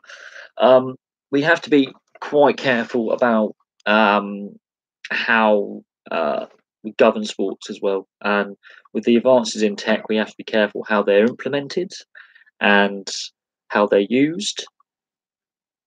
And but it is interesting to look at the data samples of how of the trackers they have on them. And well, this is another thing. Should they be public or private? If they're all public, we can see who's doping. You can work out who's doping then. Um, but we have to be careful with if, especially if it's medical, it should, I think by law, it should remain private. Um, Medical stuff, unless a court order has said we want these medical records for whatever reason. I do agree with that, but this is what I mean, where we have to be careful about how we use the data and the technology of the sports science. I think we have to find that balance, and obviously Stephen Dank, as again I'm going to go back to, that balance was crossed and that line was crossed in catastrophic circumstances for the sports that were involved. Um, it, we have to be careful. I think what I've noticed about sport is they're overcoaching players now, and the natural flair and the natural skills being they're trying to like. Oh yeah, no, he's definitely a Bond villain. Um, but I think sports, we're overcoaching the players. Um, we're bulking them up too much, be it with legal or illegal supplements. And I have noticed, I can tell who's juicing and who's not. I'm going to move position again because this is getting highly uncomfortable. That's better.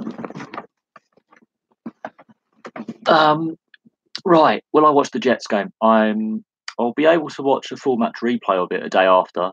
Um, Over here, pay-per-view sports in the UK is exceptionally expensive. I did do my NHL playoff predictions video as you requested, so it is up there.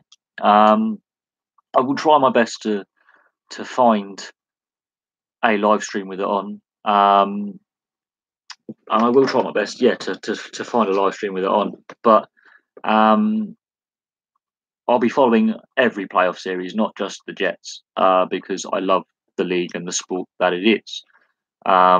It is harder for me in the UK to. I can't watch all the games in the UK anyway. We only got two channels that show any NHL, and obviously not every series can be on at the same time. So I'll only be able to possibly be able to catch a limited number of games in the playoffs live.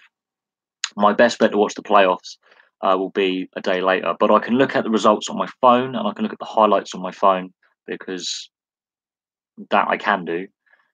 And then I can sort of, with what I can decipher from the numbers, the save percentages, the penalties, I would try my best to do what I can. Roma 3-0 up. That could be Barcelona out the Champions League. That could be Barcelona at Champions League. If Roma keep going what they're doing. Liverpool beating Man City. Man City are done now. That's 5-1 on aggregate. They've completely, in the last week and a half, had a complete meltdown. Back to the Jets game, I will try my best to catch as much of the Stanley Cup playoffs in their entirety as possible. I give them a slight edge over Minnesota. I think that'll be a very tough series, though, and the winner of that series, whoever it is going to face a very stiff challenge in the second round. When it comes to the NHL playoffs, I don't think there's going to be a single series sweep at all.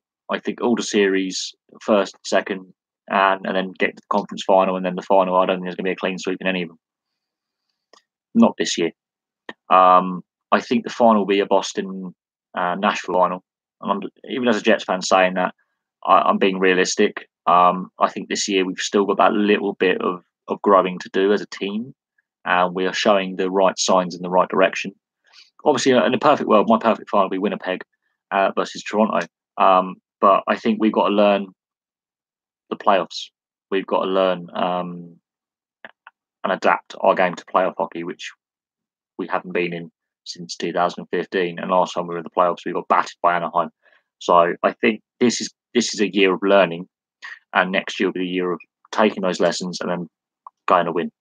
I think that but that's just me. I'm trying to be a realist, but can we get to the final? Of course. The fact is, not only have we never won a playoff series as a current franchise, we've never won a playoff game under this current Winnipeg Jets franchise. So I'm being realistic, and I'll be happy with getting through to the second round. If we got out the second round, then yes, we are one of the favourites for the Stanley Cup. But we have to get there first. I will try my best to capture as much of the playoff series as possible. I have been given some streaming websites to have a look at, and I will be able to get the highlights on my phone. And I've got the live app score updates, so I'll be able to keep track of the score, and I can just watch the highlights as best I can, and try and gather what I can off that. And then there's a couple of websites I use to watch the games a day later. It's the best I can do in the UK because we've only got 2 channels that show any NHL hockey at all. I was actually tipping Barcelona to be my favourites for the Champions League, so that's thrown that all up in the air. I don't know if Roma are home or away. They got to go in the last leg, so I'm just going to double check if they're home or away with Roma. I do apologise. Just bear with me. I'm just going to check the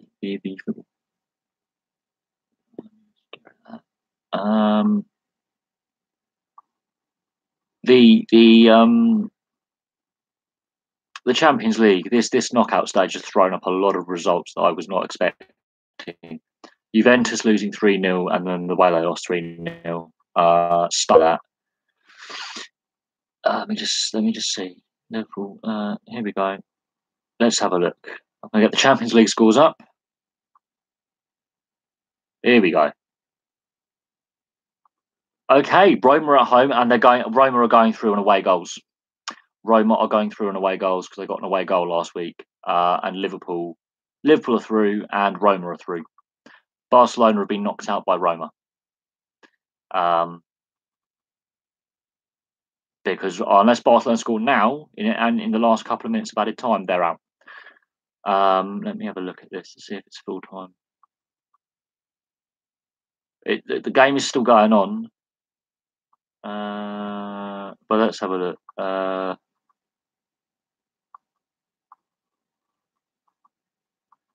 I'm really, really surprised that Barcelona have done this. Let's see. I cannot believe this.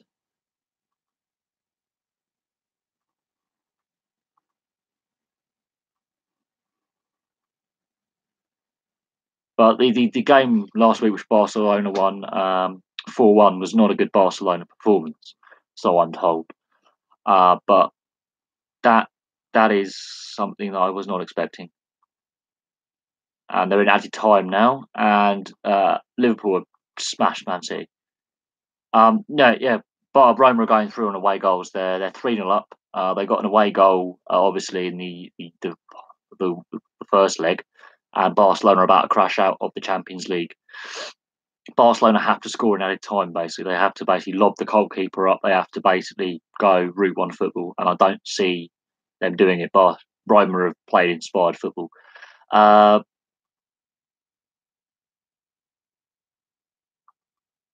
Oh God, yeah. Firmino scored the second goal for Liverpool. Man City are done. They've lost. Man City have lost an aggregate 5-1. Um,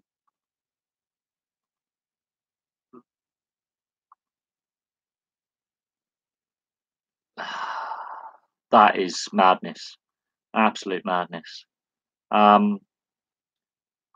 But this Champions League has been crazy. Manchester City have a problem where they cannot do well in Europe. They've got all this money. They're one of the richest clubs in the world, yet they cannot get to a Champions League final. I mean, they get to this stage in Europe. Doesn't matter if they're in the Europa League or Champions League, and then they just fall apart. They get to the knockout stages, and then they get through one or two of the knockout stages, and then it just falls flat. So Man City have worked out. We've worked out Man City have got no plan B, and mentally fragile. Roma, I don't know how they've done that, but that is they've touched Mother Earth, and they got that away goal. And I did say in both the Liverpool tie and in the Roma tie, away goals would be absolutely crucial. And Man City have had no answer to Liverpool, completely outplayed. And Roma have somehow done a job on Barcelona, which tells me that this Barcelona miracle is this style of football that Barcelona plays is now getting a bit dated and is easily defeatable.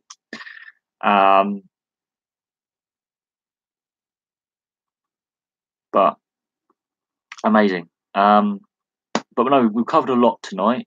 Is there any more questions? Because I'm going to quickly check the final scores because they have to be finished now, surely.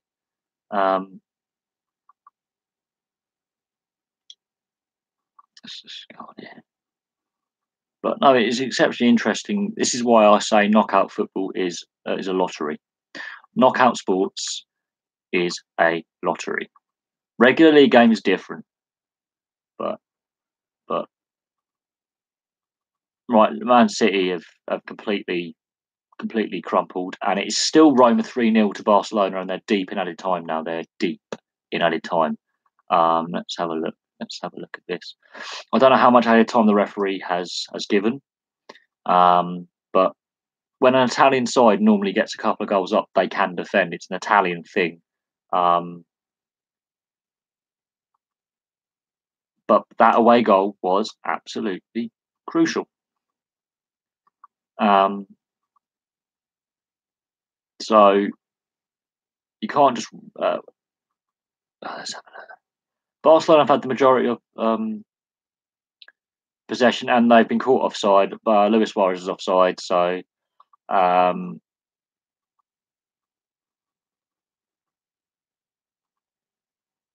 I think Barcelona are out.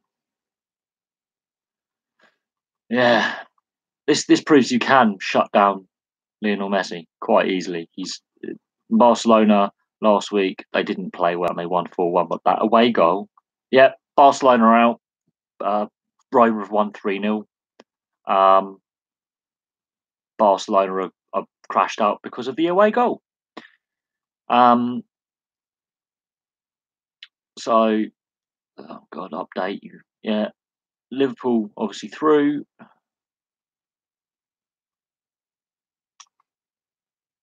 And yes, it's saying now that the final whistle has been blown. Yeah, Roma have won 3-0 and Barcelona are out. So my favourite picks for the Champions League have crashed out. That makes it very, very interesting now. Opens it up completely.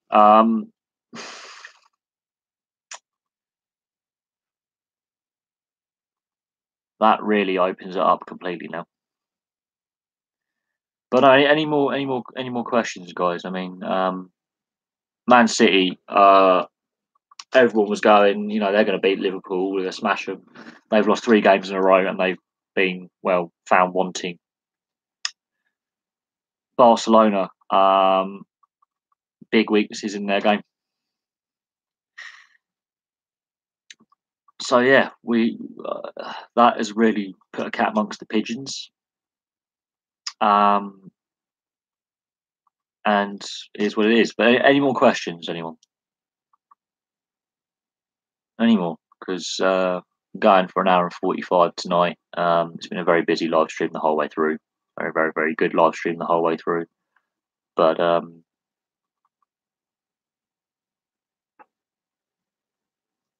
any more questions? Because it's been a very good live stream, but it is getting late, and I might be calling it a night in a minute. I'm happy to take a few more questions and a few more, discussion points. We've covered a lot of ground tonight and a lot of sports. And it's always exceptionally interesting with you guys. And we've had some new faces in there, and we've had some regular returners in here who turn up for every live stream whenever I do it. It's great to see. And I love you. I love you guys' involvement. You make the channel what it is. But any more questions? Because I'm gonna call it a night. I think in a couple of minutes. Okay. Anyone else got any questions? Right. In that case, thank you everyone who's participated tonight. It's not my longest live stream, but we've been going now for a good hour and 40 odd minutes. Yes, Roma have just beaten Barcelona, and I did say that away goals would prove crucial. Liverpool beating Man City 5-1 on aggregate as well. John, you've joined the live stream as I'm about to end it, but unless you've got several questions to add, I mean, if you guys want me to keep going, then I'm happy to do so for a bit. But it's up to you guys, really. If you want me to keep going, I'm happy to keep going for a little bit longer, another 5-10 questions or topics. But it's up to you, really. But yes, Roma have pulled off a miracle, and we have to see what happens in tomorrow's games. If Roma can do that, Juventus can do that. I'm just not sure Juventus can do it in the Bernabeu, but if Roma can do what they've just done, Juventus can do it as well. But possibly. It's a difficult one to put a finger on. Italian football's got a lot more issues than just the fact that Roma can't be the cure for it. And Juventus getting to a couple of Champions League finals recently can't be the cure for it. There are other issues. But away goals have proved crucial. Man City have crashed out. I think, but if you look at the clubs that are regularly in the Champions League, it's regularly the same teams year on year on year. There's no difference. The quarterfinal is always the same group of teams normally. Those going to the knockout stages are always the same names. There's very few underdog stories anymore.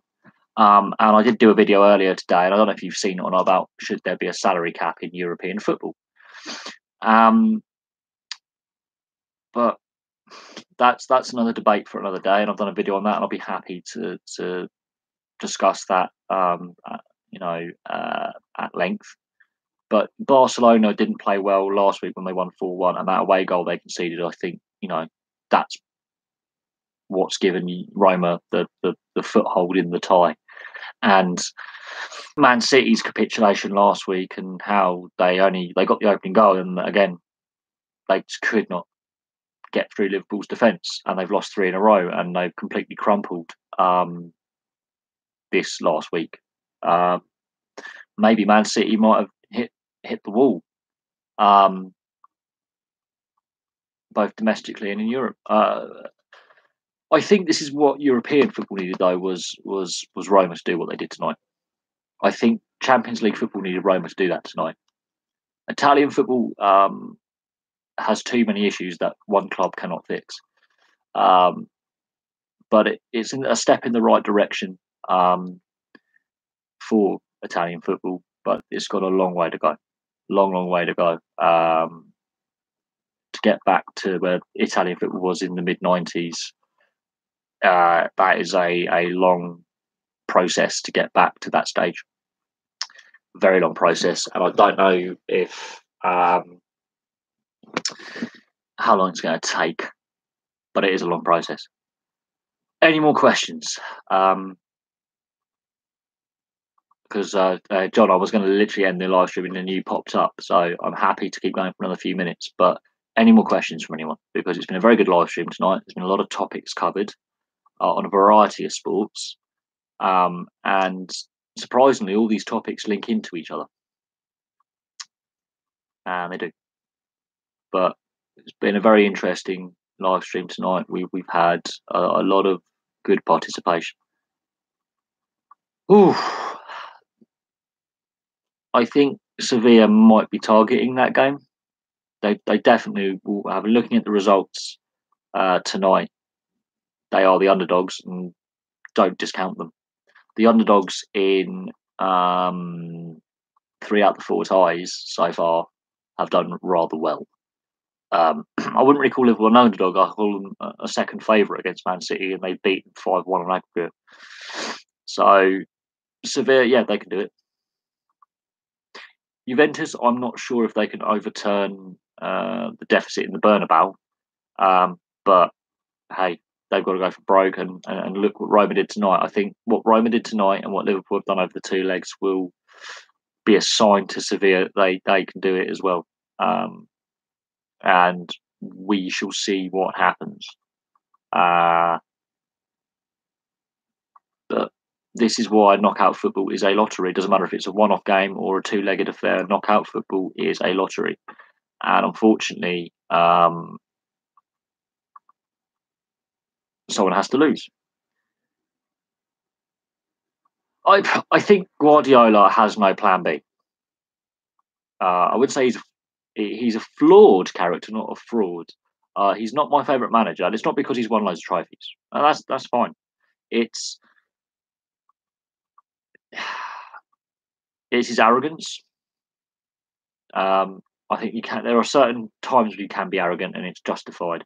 But in the last week, it's completely gone to shit for him. I would like to see Sevilla beat Bayern, but at the same time, if Bayern beat Sevilla, that's 4 separate countries represented in the semi-finals, which would be very good for European football. But no, Guardiola's got flawed tactics. His arrogance is a step above arrogance I've ever seen before. Only I think Mourinho, on managerial wise, is on the same arrogance level. I don't even know if he's well liked in the footballing world. David Gold, to be fair, it's an interesting topic. West Ham, they've picked up their form since the pitch invasions against in the Burnley defeat. But bearing in mind it's his book, so he gets to say what's in it.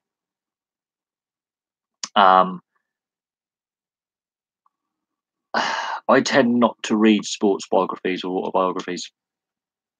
I tend not to. It's just me. But it is. They are interesting, complex characters, and it is very interesting. They're running. They've run Birmingham City together, and now they're running West Ham. They are an interesting pair. They're not. I wouldn't call them. I wouldn't want them as managing owning my club. Let's just say that. Yeah, Guardiola does pretend to be Mr. Nice Guy, but no, he does have a spiteful streak that I'm very surprised because he was such a graceful, skillful player. But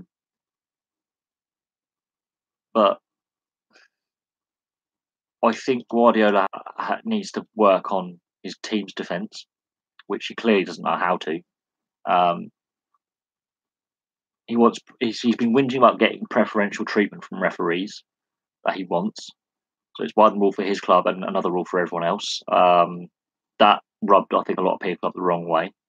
But hey, his team have lost over 2 legs. They've been battered. They've lost against their nearest rivals in Man City in a local derby match, and they were 2-0 up, and they threw that away. Yeah, City have got a few problems. They're not invincible. They're very human, and other clubs for the rest of the season, in the last I think 5-6 games of the season that are left, other clubs will take hope from this and give it a go. And if Man City throw the league away from the position they're in, I will be stunned. But it also relies on the teams below them winning every game for them to be passed. All they need is one win, and they're done. They're safe. They need to win one game. So I'll be very interested to see who they got left to play in the league. But they have come a bit undone in the last week, and they've been shown up to be exceptionally flawed. Liverpool beaten 3 times this season, and have shown up Man City's weaknesses. Wigan showed up their weaknesses in the FA Cup and strangled the life out of them. I don't know. I'm not so sure.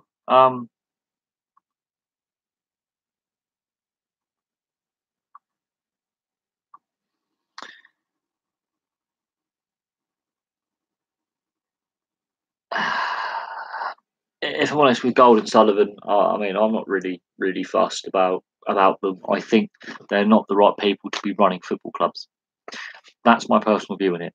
I understand you're interested in finding out a bit about them, but for me, I wouldn't want them owning my club. And my club's been owned by idiots in the Venky's family. So, but it's not really. It's an interesting discussion point. And I did a video today about bringing us football having a salary cap. I do think we have to go down this route, and club ownership is linked into that. Some of these club owners are not very responsible, and that's a problem. Right, is there any more topics you want me to cover? We've done a lot of football in the last half an hour. We've done a lot of cricket in the first half an hour. Other sports have been covered in between. Great live stream again. Yes. I'll answer this last point. Yes, as a Blackburn fan, it was a disastrous time to be a Blackburn fan, and it still is. We may be top of League One, and we got a draw against Gillingham tonight in our rearranged fixture that had been postponed due to the weather.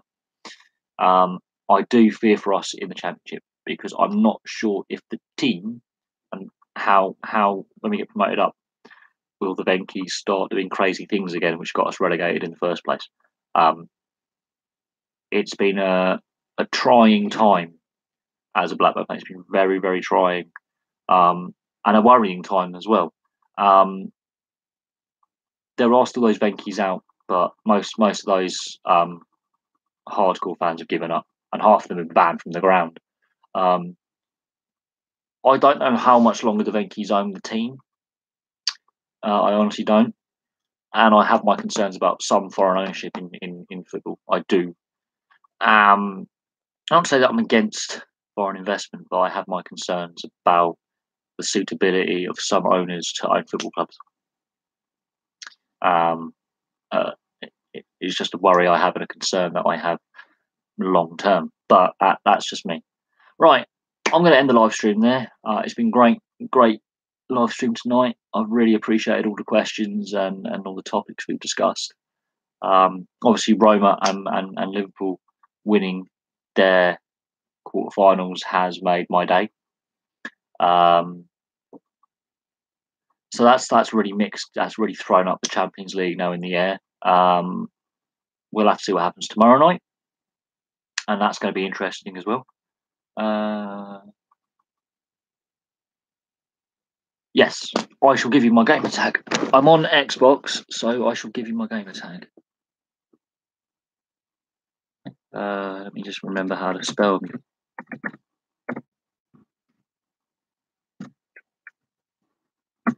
That is my gamer tag on Xbox Live. So,